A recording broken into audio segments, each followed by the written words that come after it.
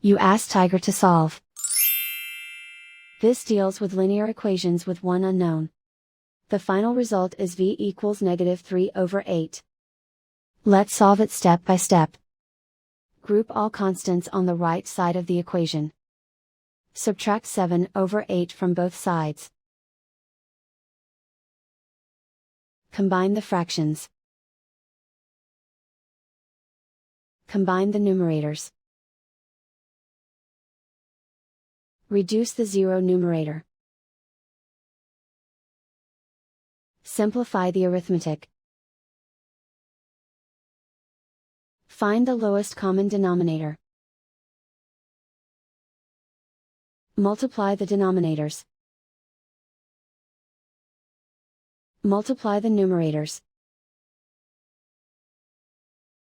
Combine the fractions. Combine the numerators. And so the final result is v equals -3/8.